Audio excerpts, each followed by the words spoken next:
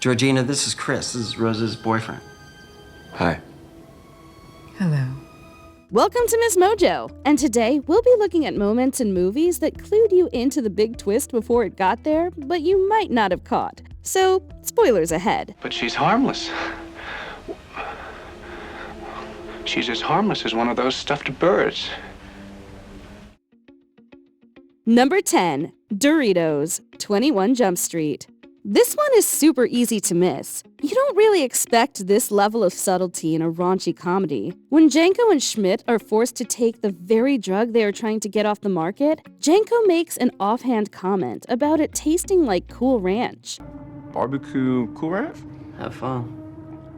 Moments later, they run into Mr. Walters, who just happens to be eating Cool Ranch Doritos. Oh, hey, whoa.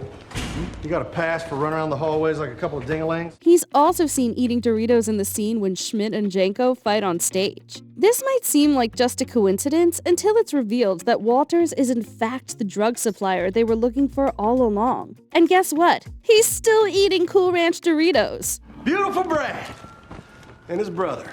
Wow, you look great. You're the supplier? You're a teacher.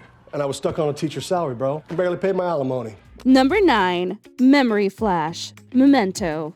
It's a completely different part of the brain from the short-term memory. So I have the doctors test Sammy's response to conditioning. Just pick up any 3 objects. That's a test?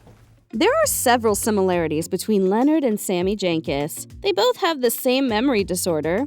They met due to Leonard's job as an insurance investigator. They both have wives who died. But there are 2 more specific clues to catch before the big twist reveal that Sammy is actually Leonard. First, whenever Leonard tells Sammy's story, we see it in black and white. It wasn't the money that got to her.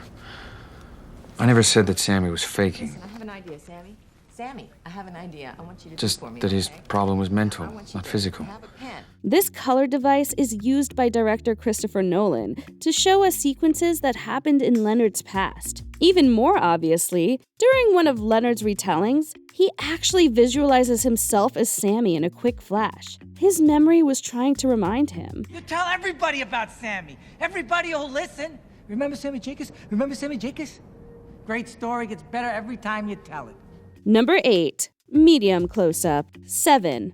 This one is interesting. You'd never notice it unless you already knew the ending of the movie. This guy paid me $500 to bring it out here, man. He said he wanted it here at exactly 7 o'clock. Put it down. An eagle-eyed film buff might think it was peculiar to almost always use the same kind of shot to frame an actor throughout the movie. But what they're doing is actually genius. Without getting into the gory details, at the end of the movie, Mills and Somerset find Tracy's head in a box. It didn't work out. So, I took a souvenir. Her pretty head. This is an incredibly shocking reveal, but when you go back, you can see a hint of her fate. Whenever Tracy is on camera, you can see her in a lot of medium close-up shots. This means that you can only see her head and shoulders. Clever, right? You tell me that's not true. That's not true. Become vengeance, David. Nah, she's all right. You tell me. Become wrath. Tell me she's all right! Number 7, Subliminal Messaging, Fight Club.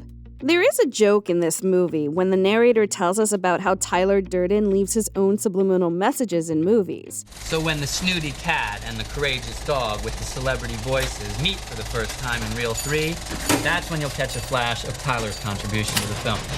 But the true humor of this is that Durden himself is a subliminal message. Many times throughout the movie, we see flashes of Tyler from the narrator's point of view. I'm in pain. You want to see pain? Swing by First Methodist Tuesday nights. See the guys with testicular cancer. That's pain. This hints to the fact that Durden is a figment of the narrator's imagination. When it's revealed in the end that the two are, in fact, one and the same, the flashes of Durden suddenly make sense. Because... Say it. Because we're the same person. That's right. Number 6, Seatbelt, Jurassic Park.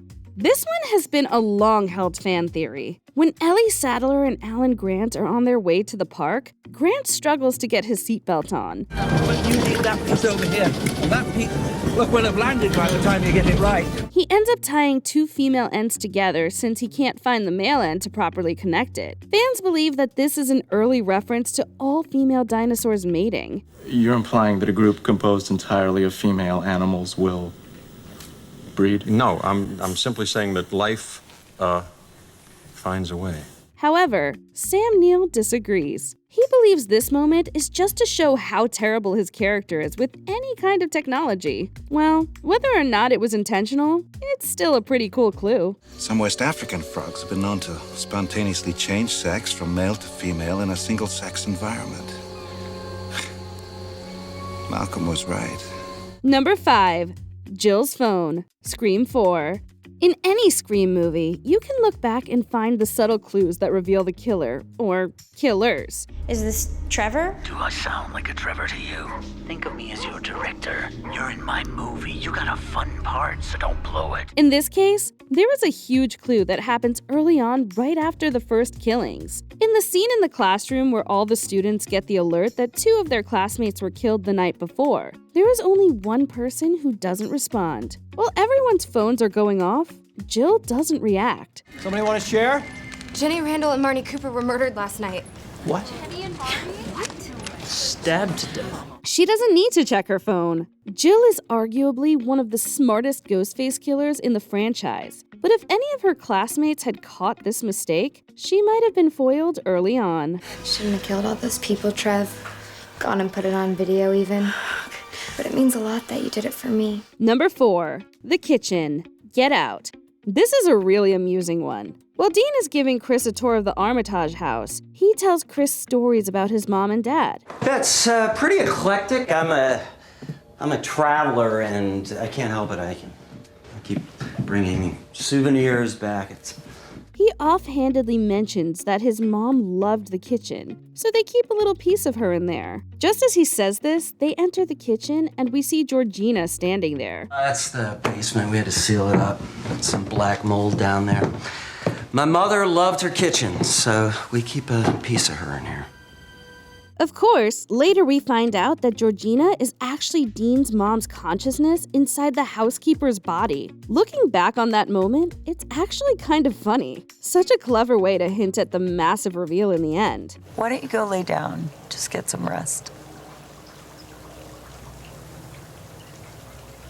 Yes, I think I will. Number 3. The Birds. Psycho. The scene with Norman Bates talking to Marion about his mother with all those stuffed birds behind him was already pretty creepy, even before you know the twist at the end. We all go a little mad sometimes. Haven't you? Yes. But what makes it even creepier is when you understand the meaning behind all those stuffed birds. As it turns out, Mrs. Bates has been dead the whole time, and Norman has been holding onto her body just like, you guessed it, a taxidermied animal.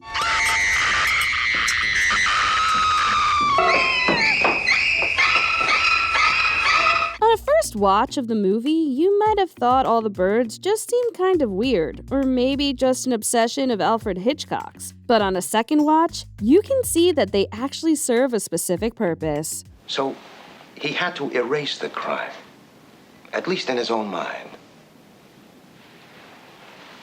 He stole her corpse. Number 2. The Bird. The Prestige.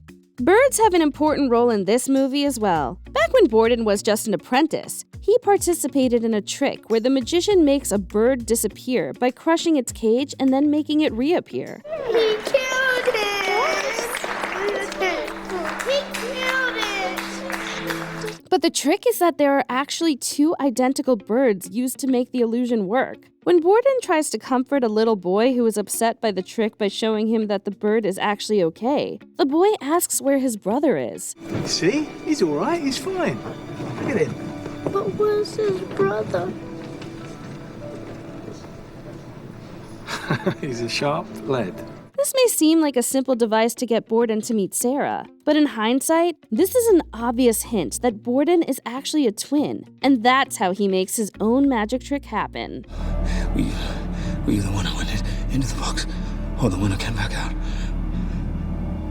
We took turns. Before we continue, be sure to subscribe to our channel and ring the bell to get notified about our latest videos. You have the option to be notified for occasional videos or all of them. If you're on your phone, make sure you go into your settings and switch on notifications. Number 1. Malcolm only interacts with Cole, the sixth sense. Are you a good doctor? Well, I used to be. It might seem hard to believe there's such an obvious clue to one of the biggest cinematic reveals in history. But when you watch this movie a second time, you kind of wonder how you missed it the first time around. It's really sort of 2 twists in one. First, we learn that Cole sees dead people. And second, we learn that Malcolm himself is dead. They don't know they're dead. How often do you see them? All the time.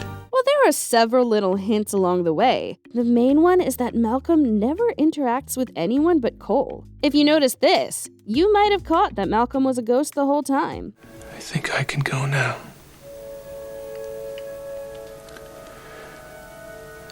Just needed to do a couple things. Did we miss any details that revealed big plot twists? Let us know in the comments. Whatever, man. I don't care about anything. Do you agree with our picks? Check out this other recent clip from MsMojo and be sure to subscribe and ring the bell to be notified about our latest videos.